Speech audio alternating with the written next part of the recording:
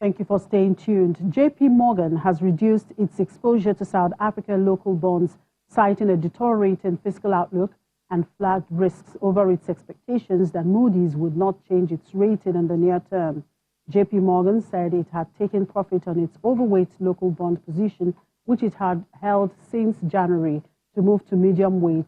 In FX, the bank said it has entered an underweight position on the South African rand, citing expensive valuations. In the meantime, South African President Cyril Ramaphosa's triumph in guiding his African National Congress to a sixth straight election victory has left him with an even more formidable challenge: to pick a cabinet that can dismantle a shadow state of corruption and revive the flagging economy.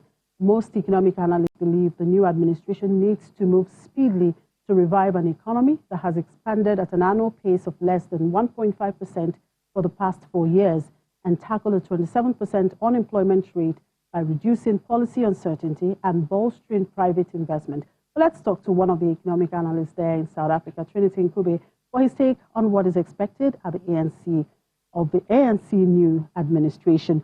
Good afternoon, Mr. Ncube. Thank you very much for coming through to us. Good afternoon, and thanks for having me again. Well, let me first get your reactions on the latest report of by JP Morgan cutting its South Africa local bond exposure, citing deteriorating fiscal outlook.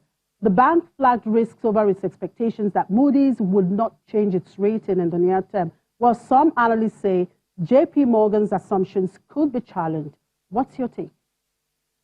Yeah, it's a very interesting and contentious issue. When you look at the track record of JP Morgan, you look at the way they canceled some of the bonds in Nigeria. And then you also look at what's happening now. The timing of it is very, very interesting because the macroeconomic outlook has not really changed that drastically in the past, say, 3 months. So the timing of it is what is concerning for most analysts. I would say, though, I'm not totally surprised because, money has been moving out of South Africa for the past 4 or 5 years. From the JSE equity and bond market. So I'm not totally surprised by that. Also looking at Moody's, grading, where we are now, I mean, Moody's is the only one where we have the, investment grade. And it's not a question of if they will downgrade South Africa, it's a question of when. And that will happen with, with the reforms that we're talking about as Cyril comes into play. So from JSE, they've been very active, in the financial markets. Globally, you have to look at their portfolios and what they're looking at. Perhaps there are areas or countries, economies in in Africa or some of the other emerging markets where they could get higher returns. Perhaps, it could just be, JP Morgan on its own. The only concern could be if other financial institutions and other multinationals starts to follow the trend, then that could be worrying for the South African JSE, the equity and for the bond market. So not totally surprised, caught off guard by the timing of the announcement. We would like to really know what was behind all these decisions, because if you look at the GDP, the macroeconomic outlook, nothing has changed drastically. And we are at a time when, everybody's thinking, the ANC should be given another chance to reform. Right. So perhaps, of course, the victory of the ANC did not come as a surprise. Now that the party has won, what agenda would you set for the president? Yeah, well, it's very interesting because from an economic point of view, it's very easy to say he should reform, tackle corruption and, deal, decisively with your ESCOM and your SOEs and a host of other, issues around the economy. The challenging scenario in which Cyril is in right now is it's a political cycle. So of course he's got this 57.2% majority, which has come down from over 60%. So that's slightly concerning as well. You see the likes of EFF have gone up in the support. That just gives you an indication that young people are fed up with what's happening with the unemployment that you mentioned earlier on.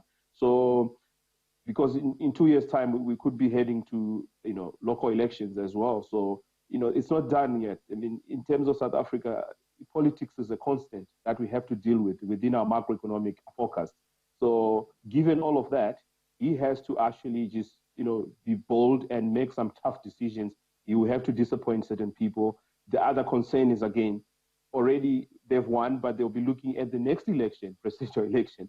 So there's a lot of politics that goes around this. So that makes the economic, the macroeconomic forecasting and the planning and the implementation quite difficult. But I have confidence in him. He's a businessman. The markets are responding quite well to him. I mean, despite this JP Morgan issue, we hope that it's just an isolated case that other companies don't follow suit. However, on the whole, though, if we're to look at it, given the few coming months, we will see how he plans to deal with all these issues with corruption and whatnot, and if the economy grows. But to be honest with you, I don't see the economy growing at more than 2%. All right. Thank you very much for your time, Trinity Ncube, for those insights there. Well, moving away from South Africa, let's now head into the Nigerian equities market, where my colleague Temple Ashaju is standing by to give us an update on today's trading activities. Hello, Temple. Good afternoon. So, what's the update at the moment? At intraday, we saw the index down 0.04%. Has anything changed? Well, the position of the market continues to worsen. We're down now some 0.69% actually. And we're seeing all the sectors really experiencing decline at this point in time, from the banking sector through to the consumer goods, industrial goods, insurance, oil and gas, industrial goods sector. All these sectors are currently down right now. The banking sector appears to be the worst performing sector, down by more than 2% right now. And next to that is the oil and gas segment of the market, where we've seen the likes of Mobil, which you call 11 PLC, dipping by more than 4% at this point in time. We continue to see the market trading comfortably below 30,000 psychological line. It's around 28,000 psychological line. It looks like something that will eventually head down to 27,000, with the way we are seeing the market performing lately, in spite of some initiatives that regulators here at the stock exchange, at the Securities and Exchange Commission and more are putting together. The market has not been able to react positively to all of those initiatives. But that's the sense that we have. If you look at the activity level, it's not too good, really weak at this point. We still have the value of all the transactions seen so far today way below 2 billion naira. However, the market, as the market continues to dip, perhaps we'll see more declines that will, push up those indices. What I should add, however, is the fact that we still have a couple of investors, domestic investors, retail investors precisely, that are now cherry picking, looking at prices that have hit the floors and are trying to take advantage of what could happen, eventually when the prices of all of these companies, rise, and so they can take profits. That's the kind of sentiment we've got in the market. We know that there's a little bit of appetite in the market, but that's not as high as the sell down and, of course, profits taking that we're seeing across different counters, Chimezie. All right, Temple, let's keep the hope high that things will, of course, turn around soon. Well, it's in that note that we draw the curtain on today's edition of the program. Thank you for watching. I'm Chimezie Obi Iwago.